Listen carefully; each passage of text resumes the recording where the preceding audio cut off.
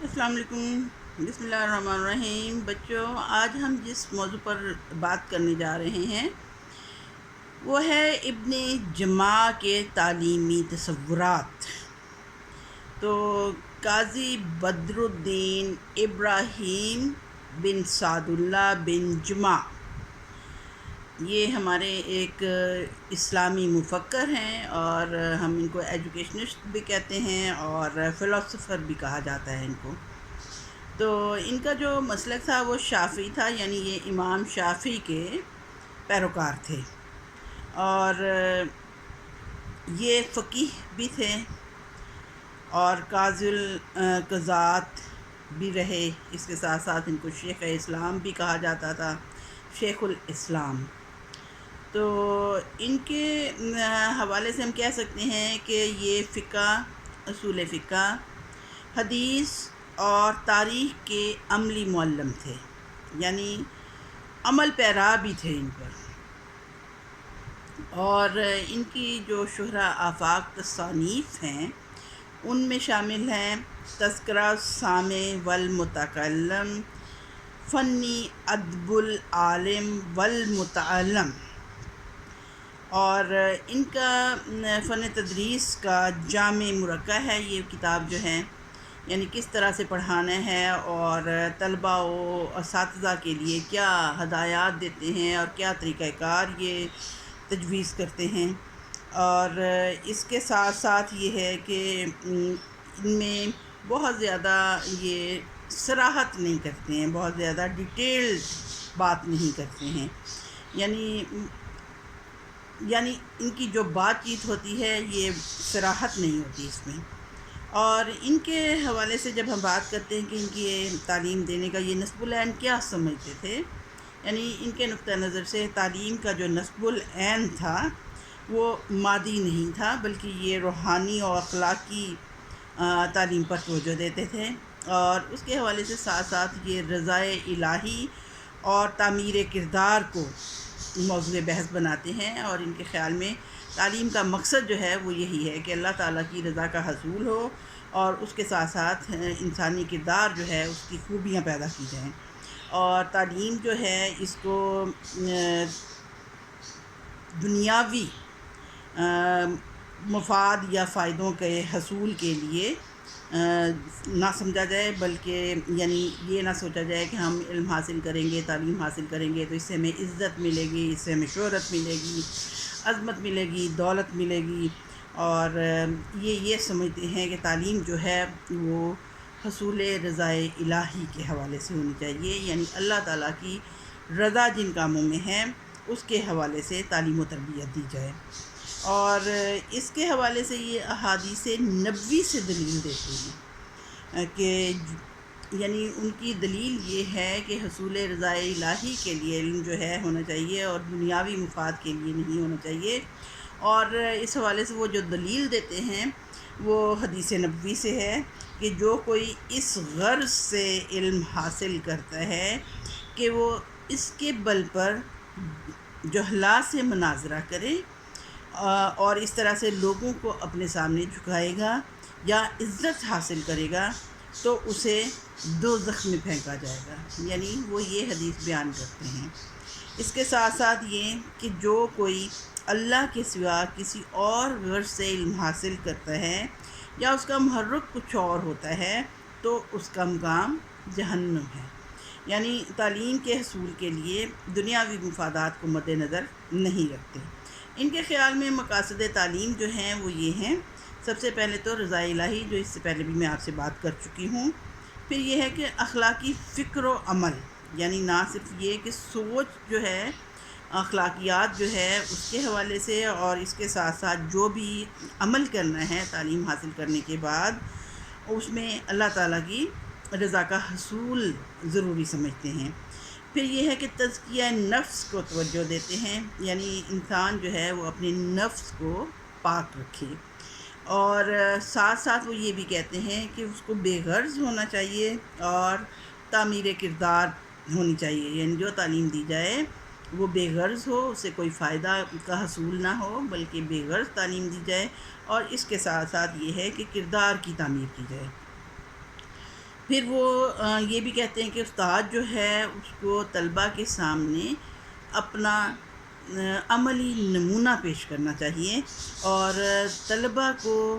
اس چیز کا واضح تصور دے، یعنی وہ اپنے عمل سے ثابت کرے کہ جو علم حاصل کیا ہے اس کا عملی نمونہ بن کر پیش ہو۔ اور یہ بات جو ہے یہ ہمارے رسول پاک صلی اللہ علیہ وسلم کے حوالے سے بھی ہم کہہ سکتے ہیں کہ جب قرآن پاک کے بارے میں حضرت اما عائشہ سے یہ سوال کیا گیا ہے کہ قرآن کیا ہے، تو آپ نے فرمایا کہ اس کی عملی تفسیر آپ کو رسول پاک صلی اللہ علیہ وآلہ وسلم کی سیرت میں نظر آئے گی، یعنی جو بھی اعمال آپ صلی اللہ علیہ وآلہ وسلم کرتے تھے وہ قرآن پاک کی تعلیمات کے مطابق ہوتے تھے۔ اور اگر آپ مجسم قرآن دیکھنا چاہتے ہیں تو آپ رسول پاک صلی اللہ علیہ وسلم کی شخصیت اور ان کے کردار کا دیکھ سکتے ہیں، جائزہ لے سکتے ہیں، تو آپ کو پتہ چل گیا کہ قرآن پاک جو ہے وہ مجسم رسول پاک صلی اللہ علیہ وسلم ہیں اس کے۔ پھر یہ ہے کہ وہ طلباء کو نصیحت کرتے ہیں اور کہتے ہیں کہ اسٹوڈنٹس کو نصیحت کرنا بہت ضروری ہے، اور حسن نیت سے انہوں نے کہا ہے کہ یہ لازمی شرط ہے کہ استاد جو ہے وہ بے غرض ہو اور حسن نیت رکھتا ہو اور دل کو بغض، کینہ، اناد، کفر اور ناپاک خیالات سے پاک رکھے، یعنی استاد بذات خود اپنے آپ کو بھی ان چیزوں سے پاک رکھے اور عملی نمونہ دیتے ہوئے اپنے شاگردوں کے سامنے مثال بنے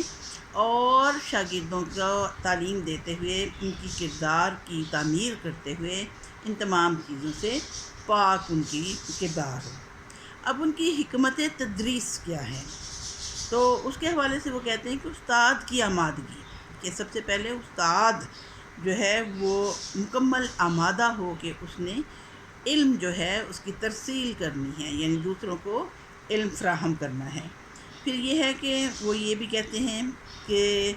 اس حوالے سے اگر ہم بات کریں تو اس میں ذہنی اور جسمانی حالت جو ہے استاد کی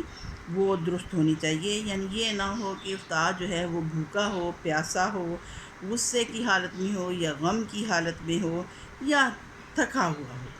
یعنی دوسری بات اس میں وہ یہ کہتے ہیں کہ موسمی شدت جو ہے اس کو بھی مد نظر رکھنا ضروری ہے تعلیم کے حوالے سے، کہ نہ تو گرمی بے تحاشا ہو نہ ہی سردی بہت زیادہ ہو، یعنی کوئی بھی موسم جو ہے وہ شدید نہ ہو۔ اور اس کے ساتھ ساتھ یہ بھی ہے کہ طلباء کو غیر واضح معلومات نہ دی جائیں۔ بعض کا یہ ہوتا ہے کہ استاد سے اگر اسٹوڈنٹس کوئی سوال کرتے ہیں، استاد کو اس کے بارے میں کوئی علم نہیں ہوتا، لیکن وہ آئیں بائیں شائع کر کے اسٹوڈنٹس کو مطمئن کرنے کی کوشش کرتے ہیں، تو یہ بہت غلط رویہ ہے۔ اساتذہ کے لیے ضروری ہے کہ اگر وہ کوئی نالج جو ان کو نہیں ہے، کسی بات کے حوالے سے وہ نہیں جانتے، تو وہ اس میں اپنی انسلٹ محسوس نہ کرے، اپنی بے عزتی محسوس نہ کرے، اور طلباء کو یہ بتانے میں کوئی گریز نہ کرے، کوئی آر نہ سمجھے کہ بچوں میں اس بارے میں کوئی واضح خیالات نہیں رکھتا یا رکھتی، یا میری اس بارے میں معلومات نہیں ہے، میں معلومات کر کے آپ کو بتا سکتا ہوں یا بتا سکتی ہوں۔ یعنی اساتذہ اگر غلط معلومات فراہم کریں گے تو یہ طلباء کے لیے انتہائی نقصان دہ ہوگا، لیکن اگر آپ یہ کہہ دیتے ہیں کہ میں اس کو کنفرم کر کے آپ کو بتاؤں گی یا بتاؤں گا، تو اس سے آپ کی عزت بڑھتی ہے، طلباء کے سامنے آپ کی بے عزتی نہیں ہوتی، آپ اس کو اپنی بے عزتی متصور نہ کریں۔ پھر یہ ہے کہ خطابی طریقہ کار جو ہے وہ بھی اختیار کیا جائے۔ تو یہ خطابی طریقہ کیا ہے؟ یہ جو ہم جس کو کہتے ہیں تقریری طریقہ یا لیکچر میتھڈ جس کو ہم بولتے ہیں، تو وہ اس کو خطابی طریقہ کا نام دیتے ہیں، اور لیکن وہ یہ کہتے ہیں کہ یعنی اس میں یہ نہ ہو کہ استاد ایکٹیو ہے اور شاگرد جو ہیں وہ پیسو ہیں، بلکہ اس میں خطابی طریقہ کار اختیار کریں اور اس میں سوال و جواب کے ذریعے یہ تعلیم جو ہے وہ جاری رکھی جائے۔ جہاں پہ طلباء کہیں ایمبیگوٹی محسوس کر رہے ہیں، کوئی ابہام ان کو محسوس ہو رہا ہے، تو وہ بذریعہ سوال اپنے استاد سے وضاحت طلب کر سکتے ہیں، اور فوری جواب طلب کا جواب فوراً دینا چاہیے۔ اور اگر تحقیق طلب مسئلہ ہو، یعنی جیسے کہ میں نے آپ سے بات کی کہ کسی معاملے میں ایمبیگوٹی ہو، تو اس کو طلبہ کو وقت دے دیا جائے. یعنی اگر ٹیچر سوال کر رہا ہے اور بچوں نے جواب دینا ہے تو اگر فوری جواب دینے کے اہل ہیں بچے تو وہ جواب دیں، بصورت دیگر ان کو ٹائم دے دیا جائے کہ آپ اتنے وقت میں 1 گھنٹے میں 2 گھنٹے میں 1 دن میں 2 دن میں یا 1 ہفتے کے دوران آپ اس کے بارے میں معلومات حاصل کریں. اسی طرح سے اساتذہ بھی اپنی ریسرچ کے لیے ٹائم لے سکتے ہیں معلومات حاصل کرنے کے لیے. اب لیکچر کا اختتام جو ہے اس کے حوالے سے وہ یہ ہدایت دیتے ہیں کہ اسلامی روایت کو مد نظر رکھا جائے اور اینڈ کرتے ہوئے کوئی نصیحت آموز کلمات کہہ دینا انتہائی ضروری ہے یا دعائیہ کلمات پر اختتام کیا جائے اپنے لیکچر کا. اور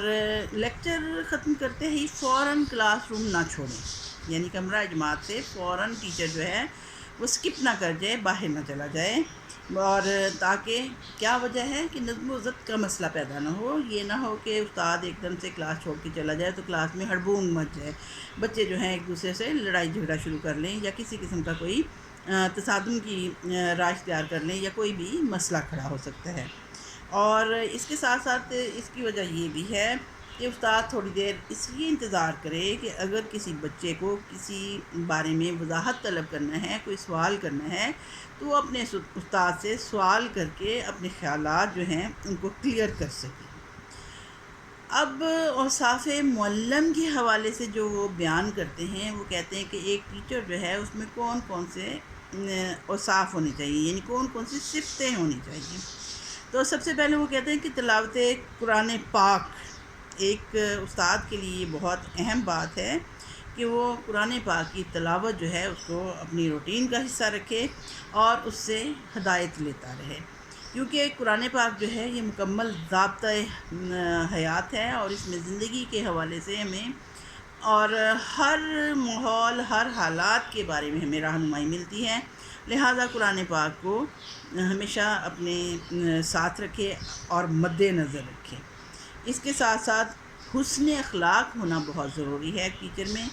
ٹیچر کو چڑچڑے پن کا اظہار نہیں کرنا چاہیے یا بدتمیزی اور اس طرح سے عجیب و غریب سے رویے کا مظاہرہ نہیں کرنا چاہیے، بلکہ نرم دلی اور محبت سے طلباء کے ساتھ شفقت کے ساتھ پیش آئے اور حسن اخلاق کا مظاہرہ کرے. اس کے ساتھ ساتھ وہ کہتے ہیں کہ بد اخلاقی سے گریز کرنا چاہیے، ایک ٹیچر کو کسی بھی صورت میں بد اخلاق نہیں ہونا چاہیے. پھر یہ ہے کہ استاد جو ہے اس کو انصاف پسند ہونا چاہیے، وہ اپنی پسند ناپسند کو مد نظر رکھتے ہوئے طلباء کو نہ تو ٹیز کرے نہ ہی کسی طالب علم کو سر پر چڑھائے، بلکہ انصاف کو مد نظر رکھے. اس کے ساتھ ساتھ حوصلہ افزائی جو ہے یہ انتہائی ضروری ہے کہ طلباء اگر سوال کرتے ہیں تو یہ نہیں کہ ایک تھپڑ لگایا اور اس کو بٹھا دیا یا اس کو ڈانٹ ڈپٹ شروع کر لی، بجائے اس کے تحمل سے طلباء کی بات سننی بہت ضروری ہے. اور اس کے ساتھ اور حوصلہ افزائی بھی کرنی چاہیے کہ اگر بچے جو ہیں آپ ان سے سوال کر رہے ہیں، اچھے طریقے سے وہ جواب دے رہے ہیں تو آپ ان کو ویل ڈن، شاباش، ویری گڈ وغیرہ کے کلمات تحسین سے بھی نواز سکتے ہیں. اس کے ساتھ ساتھ آپ اپنی اسمائل سے، اپنی مسکراہٹ سے بھی، اپنے سر کی جنبش سے بھی ان کو آپ حوصلہ افزائی ان کی کر سکتے ہیں. تھمز اپ کر کے بھی آپ ان کی حوصلہ افزائی کر سکتے ہیں. یعنی مختلف طریقے اختیار کر کے طلباء کی حوصلہ افزائی کریں، ان کی دل شکنی نہ کی جائے، ان کی یہ حوصلہ نہ توڑا جائے کہ آئندہ وہ سوال کرنے سے ہی گریز کرنے لگیں. پھر یہ ہے کہ استاد کو متحمل مزاج ہونا چاہیے. یعنی بعض اوقات یہ ہے کہ بچے شرارت بھی کر لیتے ہیں تو تحمل سے برداشت کرنا چاہیے. یہ نہیں کہ غصے میں آپے سے باہر ہو کے تو ڈنڈا پریڈ شروع کر دے، پٹائی شروع کر دے. یعنی ایک استاد کے لیے متحمل مزاج ہونا انتہائی ضروری ہے. اور پھر یہ ہے کہ استاد کو اپنے تدریسی اوقات کا خاص طور پر بہت خیال کرنا چاہیے. اگر آپ کو 45 منٹ کی کلاس دی گئی ہے تو آپ کو 45 منٹ اپنی کلاس میں موجود رہنا چاہیے. یہ نہیں کہ آپ 5-10 منٹ لیٹ آئیں، 5-10 منٹ کلاس میں ٹھہریں اور اس کے بعد پھر آپ کلاس چھوڑ کر چلے جائیں. یعنی ایک استاد کے لیے ضروری ہے کہ وہ ایک تو اپنے لیکچر کی تیاری کر کے آئے، دوسری بات یہ ہے کہ وہ کلاس کے میں جو تدریسی اوقات اس کے لیے مقرر کیے گئے ہیں اس کے لیے خاص طور پر وہ خیال رکھے اور طلباء کو پوری ذمہ داری سے پورا وقت دے. پھر یہ ہے کہ مضمون میں مہارت انتہائی ضروری ہے کہ جو سبجیکٹ وہ پڑھا رہا ہے یا پڑھا رہی ہے اس میں اس کی مہارت ہونا ضروری ہے۔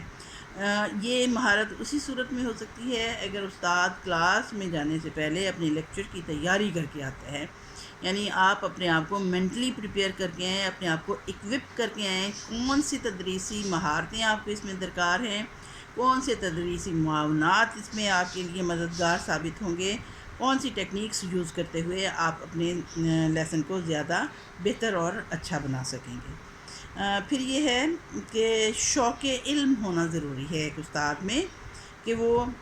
علم بڑھانے میں دلچسپی رکھتا ہو، یہ نہیں کہ جو اس نے صدیوں پہلے پڑھا تھا، سالوں پہلے پڑھا تھا اسی پہ اکتفا کرے، بلکہ یہ ہے کہ دنیا میں جیسے جیسے علم میں اضافہ ہوتا جاتا ہے وہ بھی اپنی استعداد میں اضافہ کرتا رہے، نئی ٹیکنیک سیکھے، نئے طریقہ کار سیکھے،